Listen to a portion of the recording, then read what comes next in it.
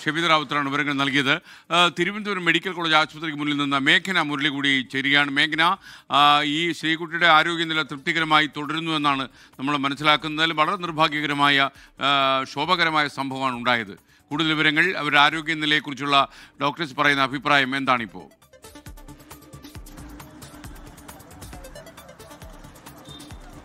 SKN പെൺകുട്ടി ഇപ്പോഴും Thiruvananthapuram medical കോളേജിലെ മൾട്ടി സ്പെഷ്യാലിറ്റി ബ്ലോക്കിൽ തുടരുകയാണ്. അതിൽ ട്രോമ കെയർ ICU യൂണിറ്റിലാണ് ഇപ്പോൾ പെൺകുട്ടി ഉള്ളത് എന്നുള്ളതാണ് നമുക്ക് ആശുപത്രി വൃത്തങ്ങളിൽ നിന്ന് മനസ്സിലാക്കാൻ കഴിയുന്നത്. ഇന്നലത്തെ ഒരു സാഹചര്യം അല്ലെങ്കിൽ അതീവ ഗുരുതരമായിട്ടുള്ള ഒരു രക്തസ്രാവമോ മറ്റു സാഹചര്യമോ ഇല്ല എന്നുള്ള കാര്യം കൂടി ഇപ്പോൾ ഡോക്ടർമാർ അറിയിക്കുന്നുണ്ട്. മറിച്ച് ഇതിൽ ഒരു പ്രശ്നം അത് അപകട നില തരണം ചെയ്തോ എന്നുള്ള കാര്യത്തിൽ അത് 48 മണിക്കൂറിന് ശേഷം മാത്രമേ അത് ഒരു വ്യക്തത വരികയുള്ളൂ എന്നുള്ള കാര്യം കൂടി ആശുപത്രി വൃത്തങ്ങൾ അറിയിക്കുന്നുണ്ട്. അതിൽ പ്രധാനമായും ഈ പെട്ടെന്ന് ഈ പ്ലാറ്റ്ഫോമിലേക്ക് വീണതുകൊണ്ട് തന്നെ തലയ്ക്ക് ഗുരുതരമായ പരുക്കേറ്റിട്ടുണ്ട്. അതുകൊണ്ട് തന്നെ ഇന്നലെ തന്നെ രക്തസ്രാവം ഉണ്ടായിരുന്നു. അതിന്റെ ഒരു തുടർച്ച ഇന്നുമുണ്ട്. കൂടാതെ ശരീരത്തിന്റെ പല ഭാഗത്തും വയറിലും മറ്റ് ശരീരഭാഗങ്ങളിലുമായി ചതവുണ്ട്. അതുകൊണ്ട് തന്നെ ഈ ആരോഗ്യനില അല്ലെങ്കിൽ പൂർണ്ണമായും ആരോഗ്യസ്ഥിതിയിലേക്ക് എത്തി എന്നുള്ള കാര്യത്തിലേക്ക് നമുക്ക് എത്താൻ കഴിയില്ല. മറിച്ച് പെൺകുട്ടി ഇപ്പോഴും ICU യൂണിറ്റിൽ ചികിത്സയിൽ തുടരുകയാണ്. മൾട്ടി സ്പെഷ്യാലിറ്റി ബ്ലോക്കിൽ ചികിത്സയിൽ തുടരുകയാണ്. അതിൽ ഇനി ആരോഗ്യനിലയിൽ 48 മണിക്കൂറിനുള്ളിൽ മാത്രമേ ഒരു തൃപ്തികരം അല്ലെങ്കിൽ പൂർണ്ണമായും പെൺകുട്ടി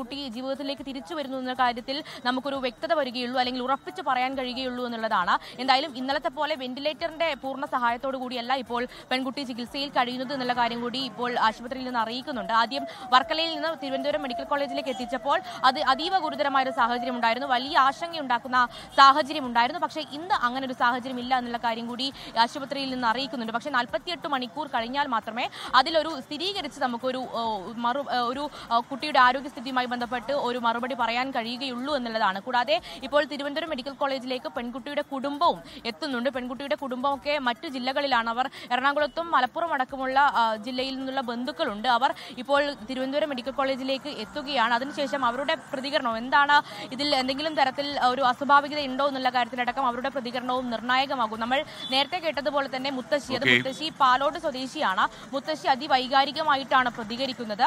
അതിൽ ഈ പെൺകുട്ടി വാർത്തയിലാണ് ഈ സംഭവം അറിഞ്ഞത് എന്നുള്ള കാര്യം കൂടി ഇപ്പോൾ മുത്തശ്ശി പറയുന്നുണ്ട്. എന്തായാലും പെൺകുട്ടിയുടെ ഒരു നില അപകട നില തരണം ചെയ്തിട്ടില്ല എന്ന് നമുക്ക് പറയാം. മേഘന മുരളിയാണ് വിവരങ്ങൾ നൽകിയത്.